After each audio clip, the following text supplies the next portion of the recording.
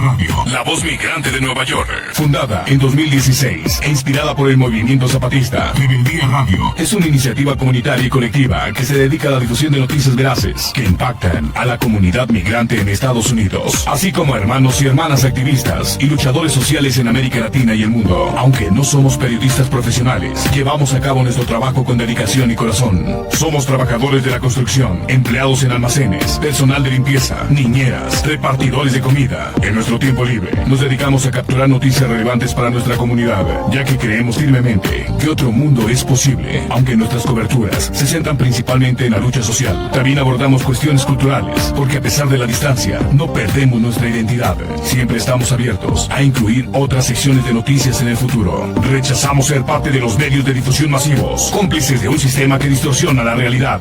Nos diferenciamos de ellos, recogiendo las noticias desde la verdad cotidiana. Estamos aquí para romper con las narrativas opresivas. Nuestra labor no solo es informativa, sino también de organización, difusión, apoyo, acompañamiento, denuncia, lucha y colaboración con nuestra comunidad. Te invitamos a apoyar y ser parte de este gran proyecto llamado Rebeldía Radio. Rebeldía Radio. Envíanos material sobre lo que sucede en tu comunidad o en cualquier parte del mundo. Nuestra consigna clara es: aquí o allá, no le vamos a bajar. En Rebeldía Radio buscamos hacer periodismo desde las bases, trabajando con la voluntad de construir un mundo mejor. Somos autogestivos y expresamos la realidad de manera sencilla, conectando el corazón con la palabra. Nosotros estamos en todos lados, como nos enseñaron nuestros hermanos zapatistas. Para luchar no se necesita un pasamontañas, ni vivir en la selva. Se puede organizar y luchar desde cualquier trinchera, porque la comunidad es primero. Búscanos en redes sociales: Facebook, X, YouTube, TikTok e Instagram. Somos Rebeldía Radio, la voz migrante de Nueva York. Hola, ¿qué tal? Muy buenas noches, amigos de Rebeldía Radio, la voz migrante de Nueva York y también de Radio Cosecha. Mi nombre es Tadí. Hoy estamos de vuelta, vamos a tener una conversación interesante y creo que también importante. Momentos que está viviendo la comunidad en este momento muy difícil. Hoy vamos a platicar con Julie Moreno. Va a ser básicamente una entrevista en inglés, pero pues por ahí cuando nos atoremos, ahí está Carlos también que nos va a ayudar. Y quiero llamar al escenario a Carlos, mi compañero Carlos de Radio Cosecha. Carlos, buenas noches, ¿cómo estás? ¿Tienes el mute? Perdón. Hola, buenas noches a toda la comunidad inmigrante. ¿Cómo están? Buenas noches. Gracias. Y ahora quiero también saludar a nuestra invitada. Ella es Julie Moreno de Familias Americanas Unidas. Es una organización de ella. Ahorita nos va a contar. Julie, welcome. Gracias, mucho gusto. Y buenas noches. Thank you very much for being here today. And I want to start with you, like, if you want to share with us who's Julie Moreno and a little bit about American United Families. Yeah, American Families United. So I live in Newark, New Jersey. I've been married almost 9 years. My husband is undocumented. He's from Mexico. He's been in the United States well over 20 years. No interaction with ICE, CBP, no criminal history or activity of any kind. When we got married in 2017, and even before, Neftali, my husband, started to request an ITIN, as our relationship was growing and we were planning our future together. He started to do things to ground himself here, to regulate his status if possible. And we knew that there would be a difficult, and it's challenging, and there may not be a pathway forward, but he did everything that was required to do that. So he started by requesting the ITIN. After we were married, we filed for, the I-130, the I-601A. And during that time, I had a lot of questions that our lawyer was not really giving me a very clear answer on, and it didn't feel right. There was a very big backlog during COVID, so we were waiting over 3 years for the I-601A. And during that time, I started to investigate some of the questions that I had, because anybody who's gone through this process knows the final part and the final decision is outside the country in the home, the national's home country for the consular appointment and the green card interview. So you really need to make sure that everything you're doing is you got all your paperwork in order. You don't have any issues, because if you get denied, then you get locked out.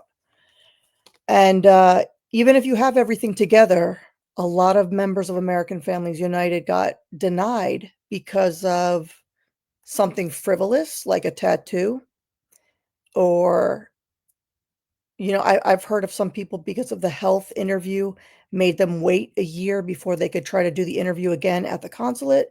So the I-601A gets you an appointment, and then you try your luck at the appointment.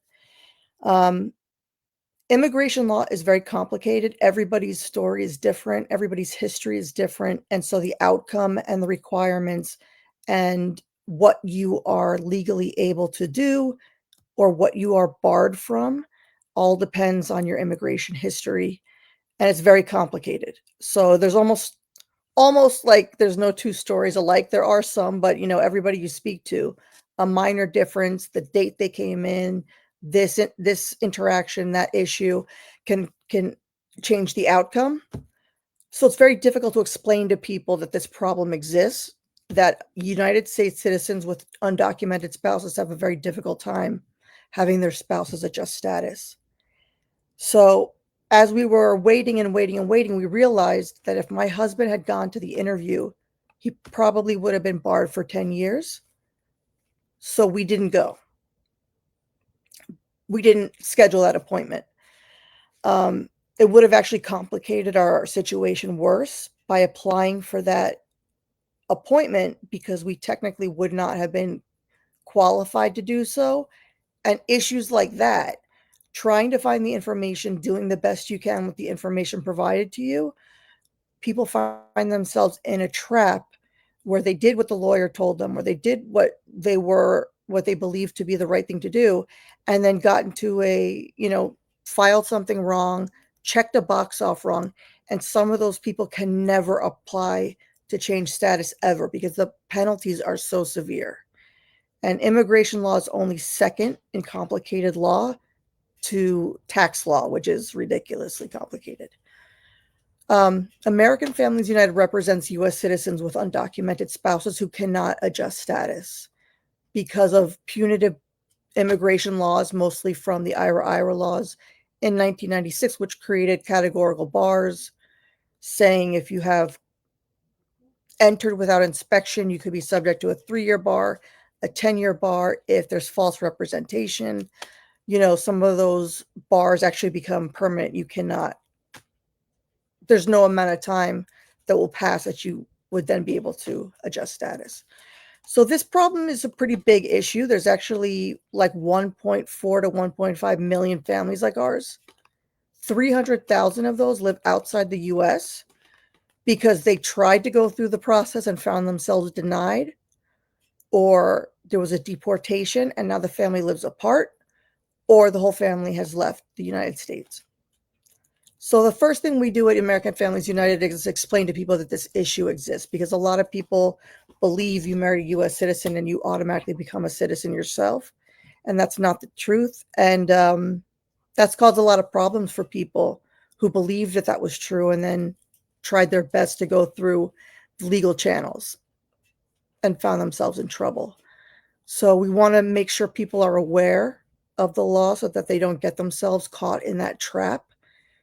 But my husband actually wound up self-deporting because by choice, because we had gone through so many applications.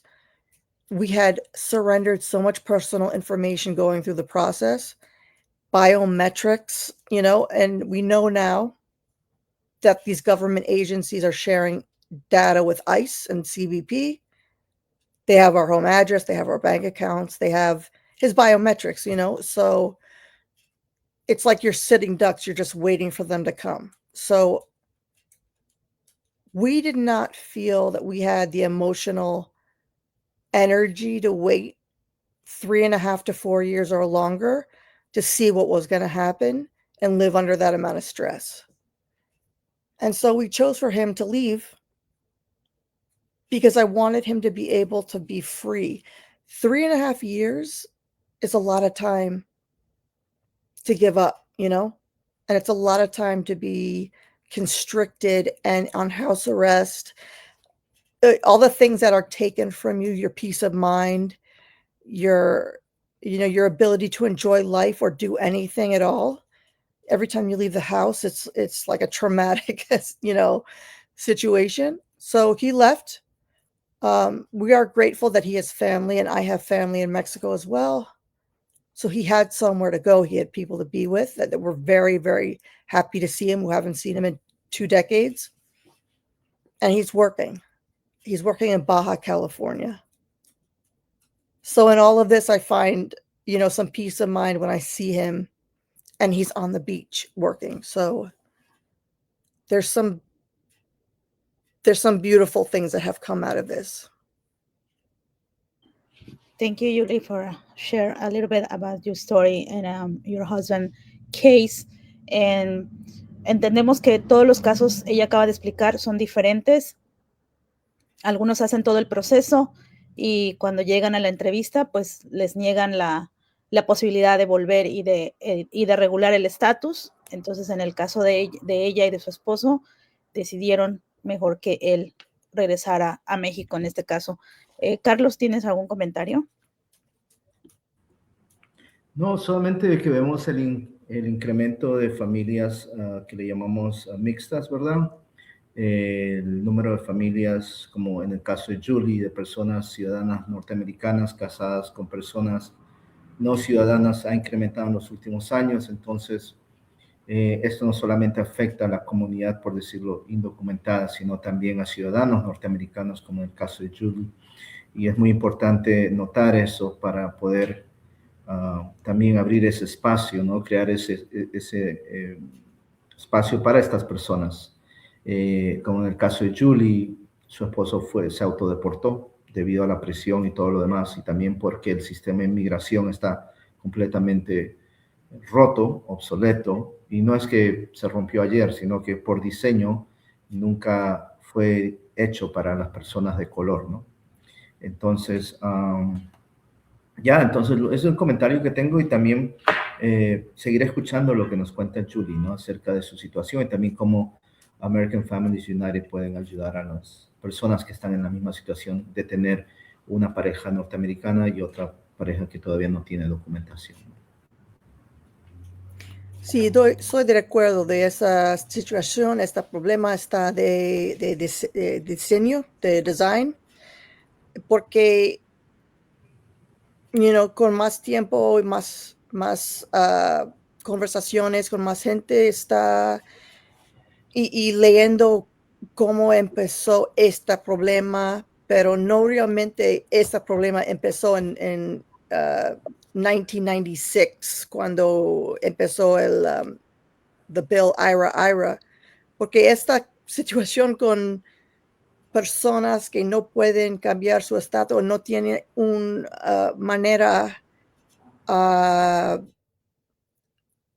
cómo aplicar de la visa, eso fueron by design, y empezó hace el principio de este país.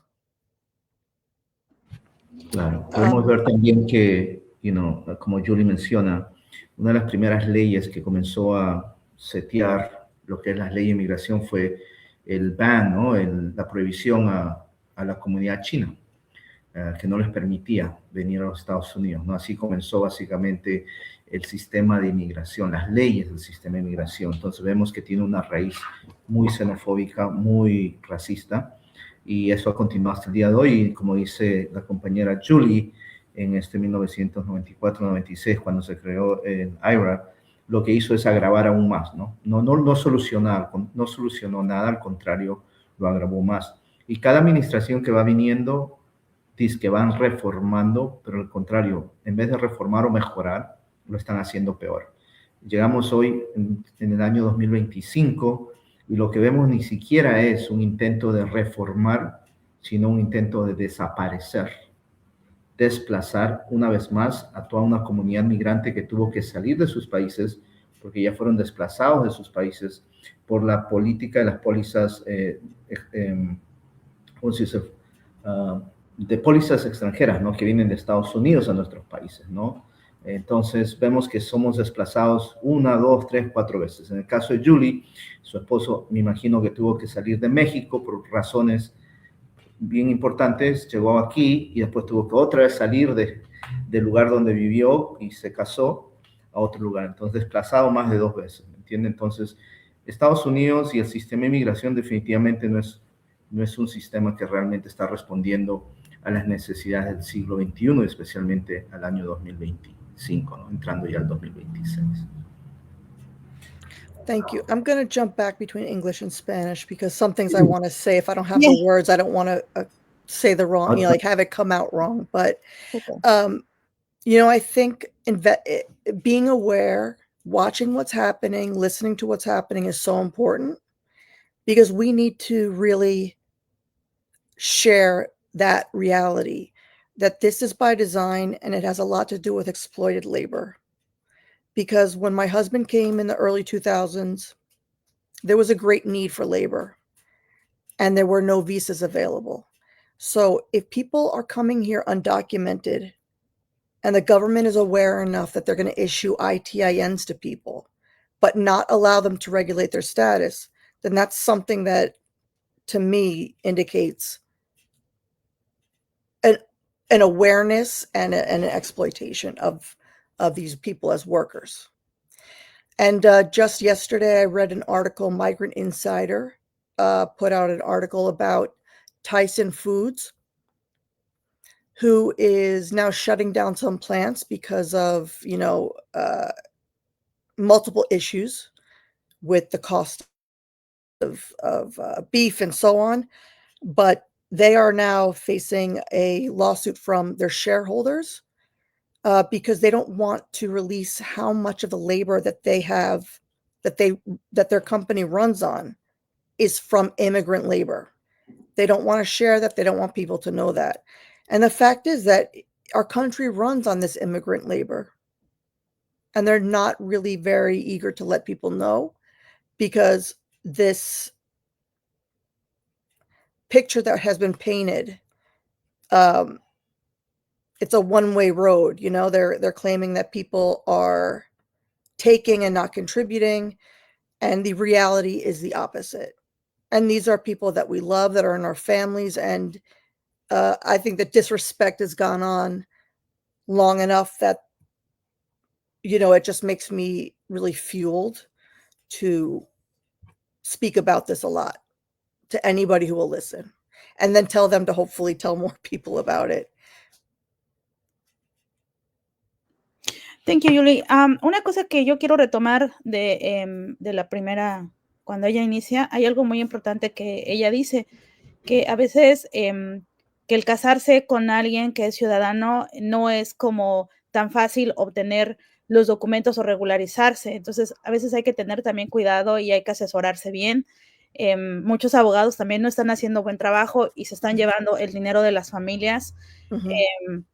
Tenemos un caso muy reciente con nosotros que en este momento no puedo decirlo, pero estos malos procesos que no ayudan a la gente, que solo están tomando el dinero, también es importante buscar información adecuada. En este caso, en la organización donde está, que tiene Julie, sería importante si nos puedes compartir un poquito más cómo la gente puede llegar con ustedes y cuáles son los recursos que tienen para la comunidad.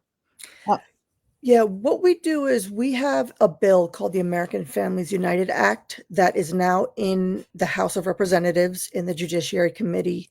This bill would create a waiver for spouses of U.S. citizens to be able to plead their case in front of a judge. At the moment, our spouses should be able to apply for a green card or permanent residency through marriage. There's a marriage-based visa. But because of laws in 1996, as we briefly spoke about, there's been these barriers placed in front of our families, which they cannot traverse. They cannot go around. They can't do anything with unless they leave the country for a certain amount of years, or some families unfortunately have a bar that will not allow them to change their status whatsoever. And this bill that we're working on would give our families the ability to show in front of a judge all the contributions and the strong family ties that our spouses have, that they are contributors, and that this causes a lot of harm to families to split them up.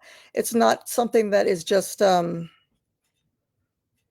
it's very important to point out how much taking one person who is a provider, who is a adult to younger children.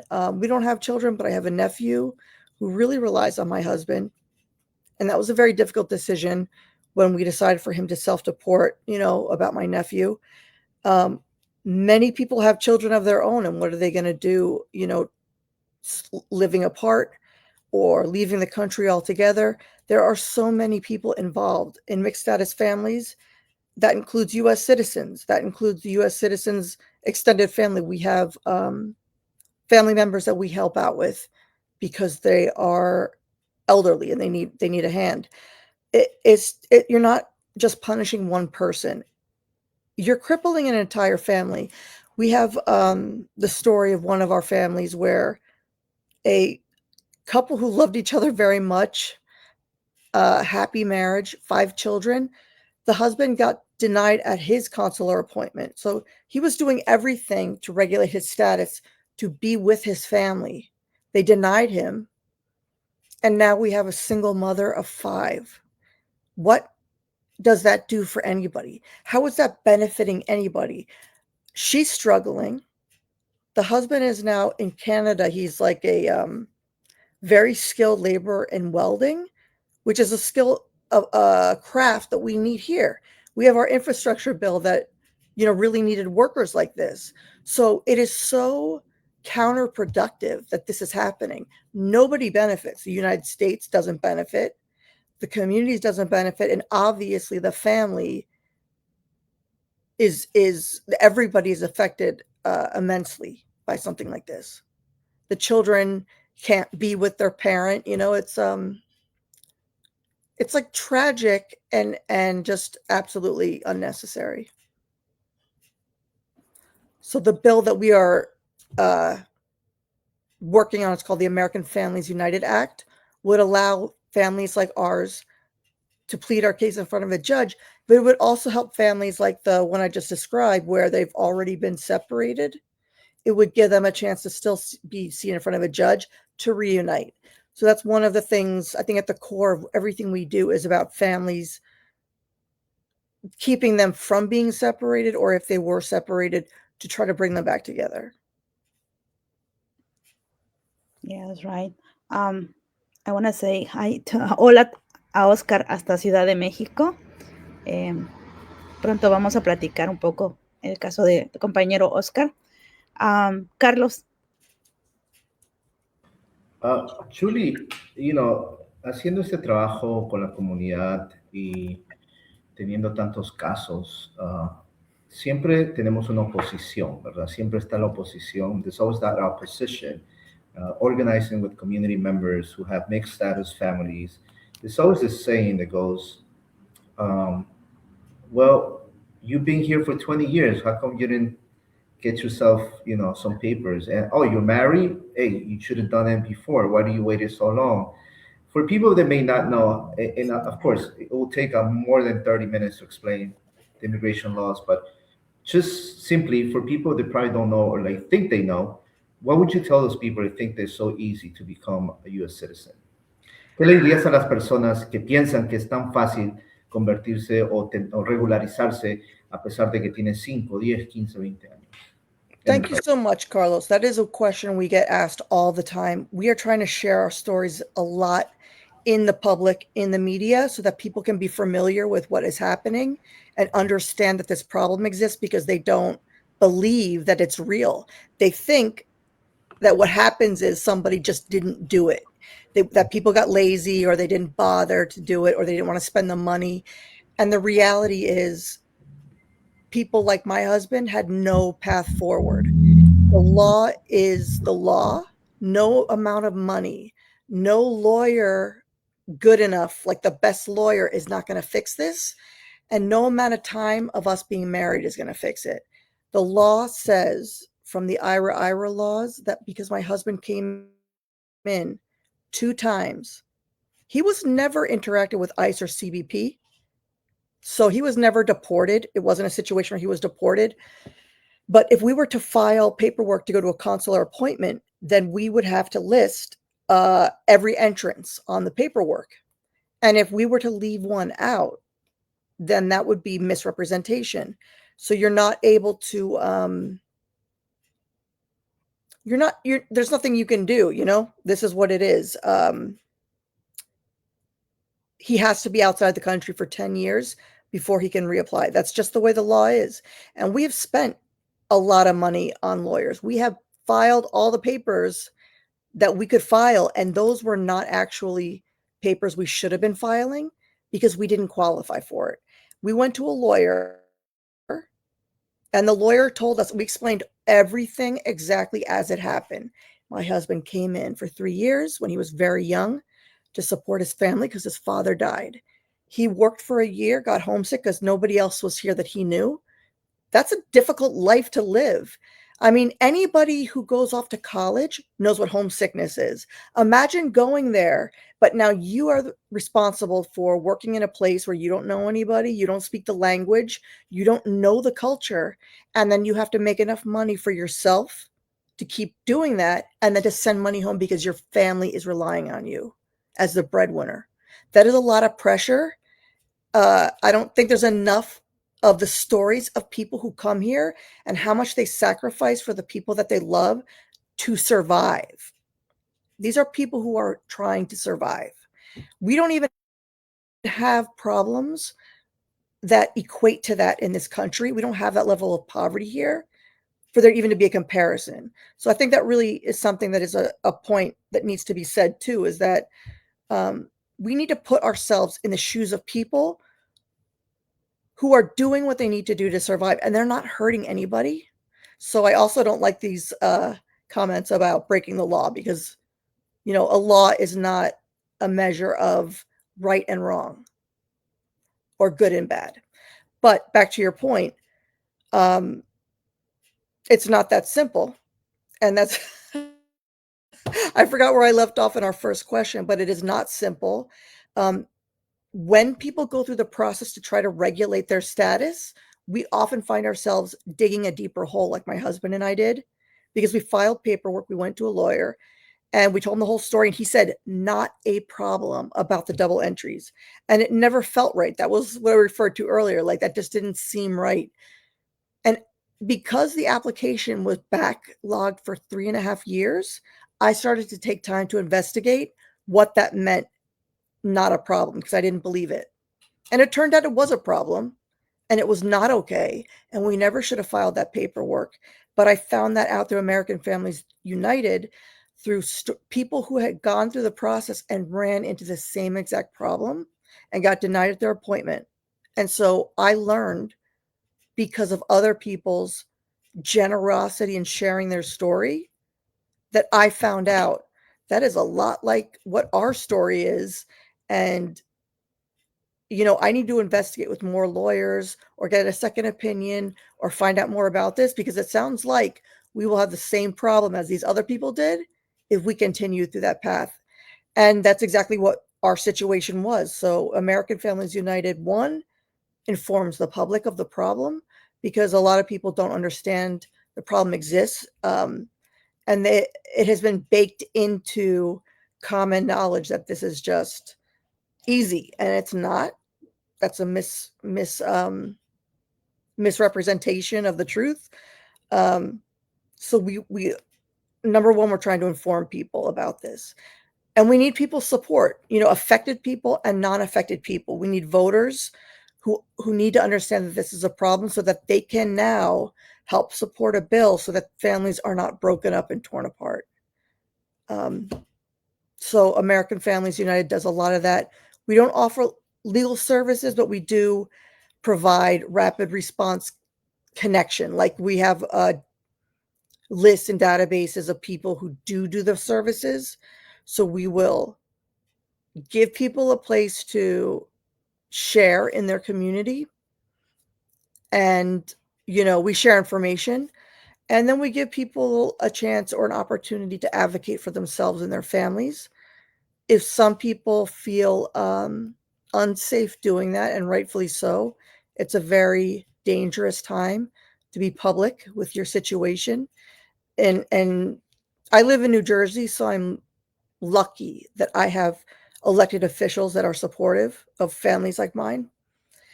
In other parts of the country, not so much. So, we do try to support people with community in places where they are really having a difficult time and do not have the ability for their spouse to leave and go back because there's no family back there, or it was a dangerous place, or there's no way to make a living. Not everybody has the luxury of going back.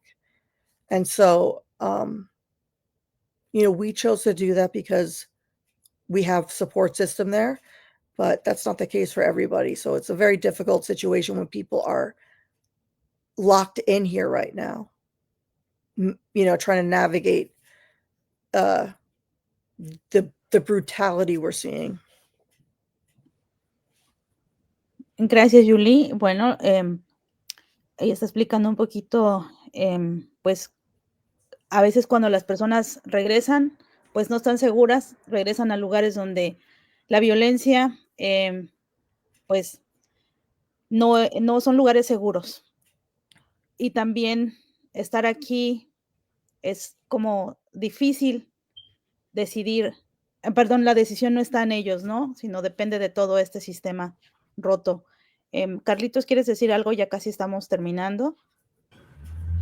Quizás agradecer a Julie y también al equipo de American Family United, ¿no? Que están haciendo ese trabajo. Como dice Julie, quizás no le van a ayudar con algo tan legal, pero sí le pueden orientar, y también el crear comunidad, ¿no? Crear comunidad con personas que tienen la misma situación ayuda mucho, aunque no lo crean.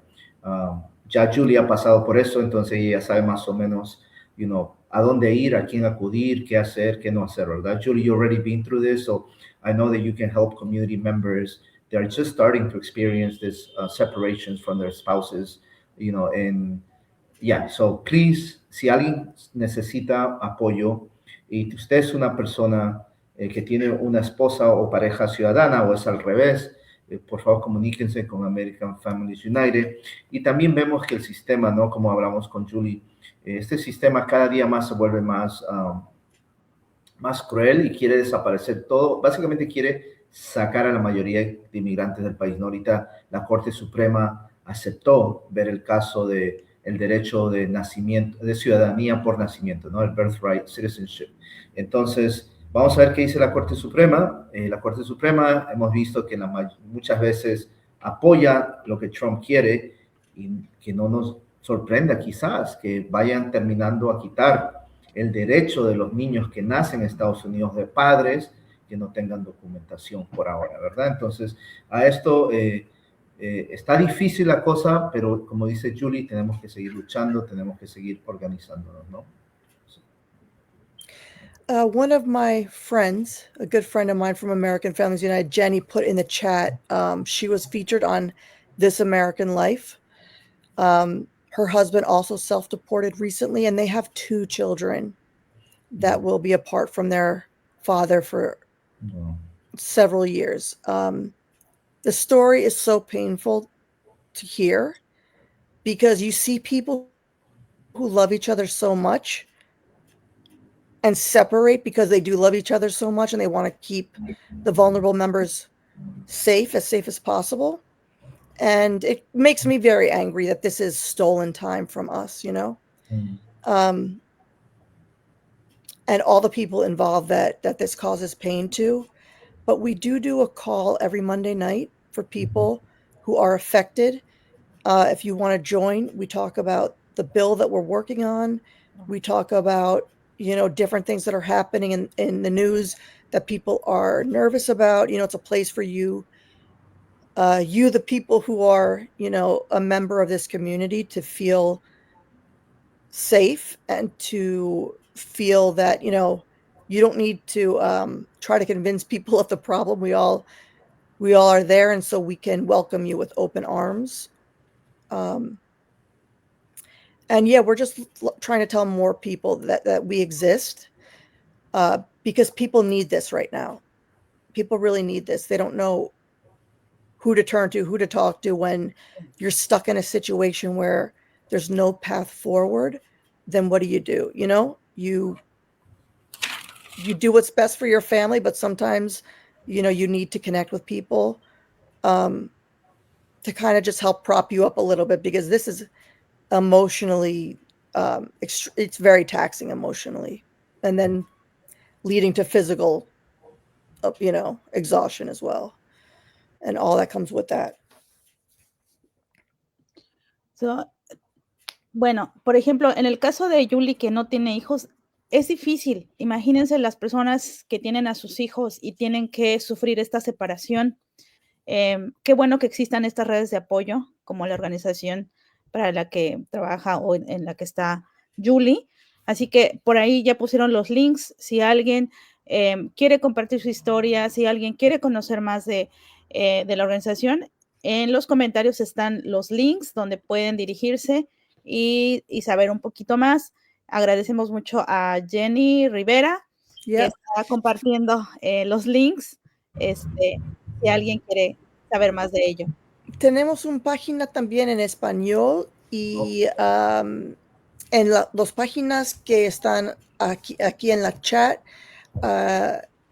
sobre events es el llamadas de lunes a las 8 del hora de Nueva York.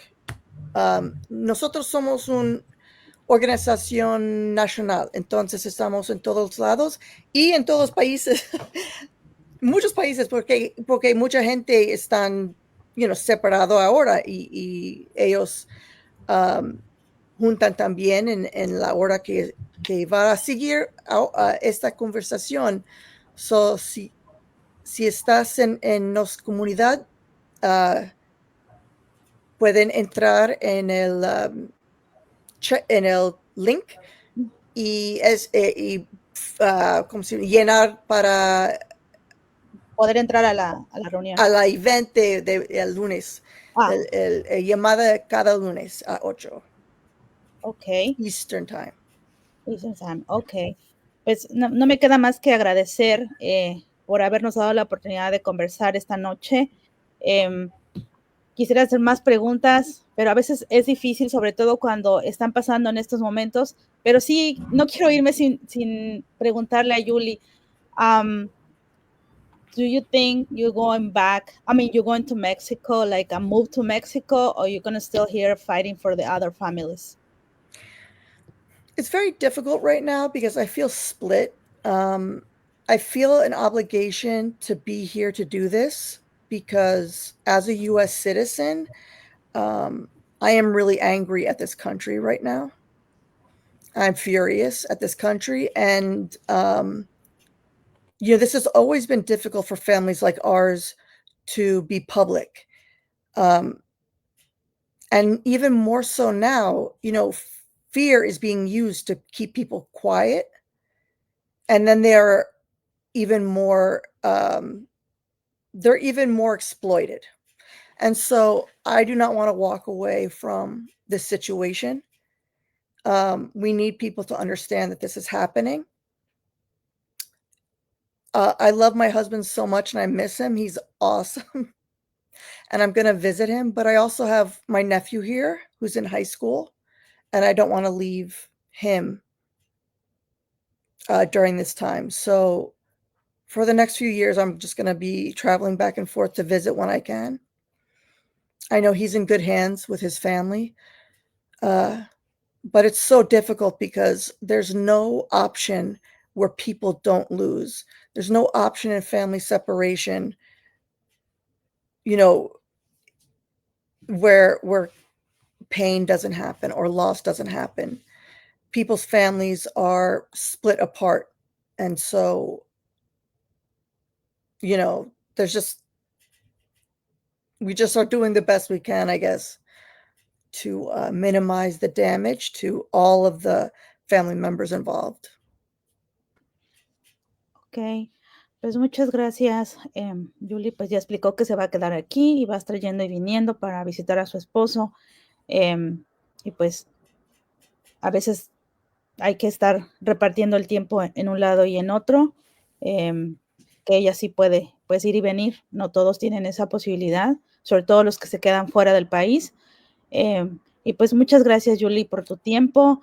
Esperamos próximamente volver a conversar. Creo que es un tema es importante, aunque también muchos casos o muchas personas pues no quieren hacer público, ¿no? Este miedo que hay en nuestras comunidades, pero creo que es importante hablarlo para también ayudarse mutuamente y también sanar de alguna manera estas, pues estas rupturas, esta descomposición del tejido comunitario. Carlos. Otra vez, muchas gracias, Julie, y también saludos al compa Neftalí, si puede ver este video o cuando lo vea, y no, espero que lo esté entendiendo bien. Y para mí, en lo personal, la separación de familias es uno de los crímenes más grandes que puede haber, una de las cosas más feas. El crecer sin tus padres, sea madre o padre, forma al niño, ¿no? Y lo trastorna, y cuando uno es adulto, uno todavía está tratando de sanar la separación de ese familiar, ¿no? En este caso el papá o de la mamá, ¿no? Entonces, por eso es muy importante no pensar solamente en un tema de inmigración, ¿no? Sino el simple hecho de separar a los niños de sus padres, ¿no? Entonces, muchas gracias, Julie, por el trabajo que tú y tu equipo hacen. Thank you very much for the work you guys do. And we'll definitely be directing people that come to us for advice to you guys, so you can, yes. Thank you so much. Yes, definitely share those. The website contact at americanfamiliesunited.org if you want to reach out and say something. One thing I wanted to add too is Jenny in the chat. She shared her story. She's been on This American Life and has other public media. I have as well. For people who are not comfortable sharing their own stories, share ours. You can use our stories to get the message out there so that people who are in vulnerable situations or in vulnerable areas can stay safe. But thank you so much for letting us share this. This is very important for more people to understand. Thank you very much, Jolie. Thanks, Gloria. Talk to you soon. We have a lot to talk. So thank you very much. Muchas gracias a todas las personas que se conectaron. Vemos que en este momento se está conectando más gente. Hemos terminado, pero la entrevista, el video se va a quedar aquí y cuando lo quiten de Facebook también está en la página de YouTube de Rebeldía, así que pueden visitar y pueden hacer preguntas, pueden mandar un mensaje a través de inbox y vamos a ir respondiendo. Muchas gracias, buenas noches. Mi nombre es Tadí. Carlos, gracias. De nada, muchas gracias. Nos vemos. Gracias. Chao. Gracias. Bye. Bye.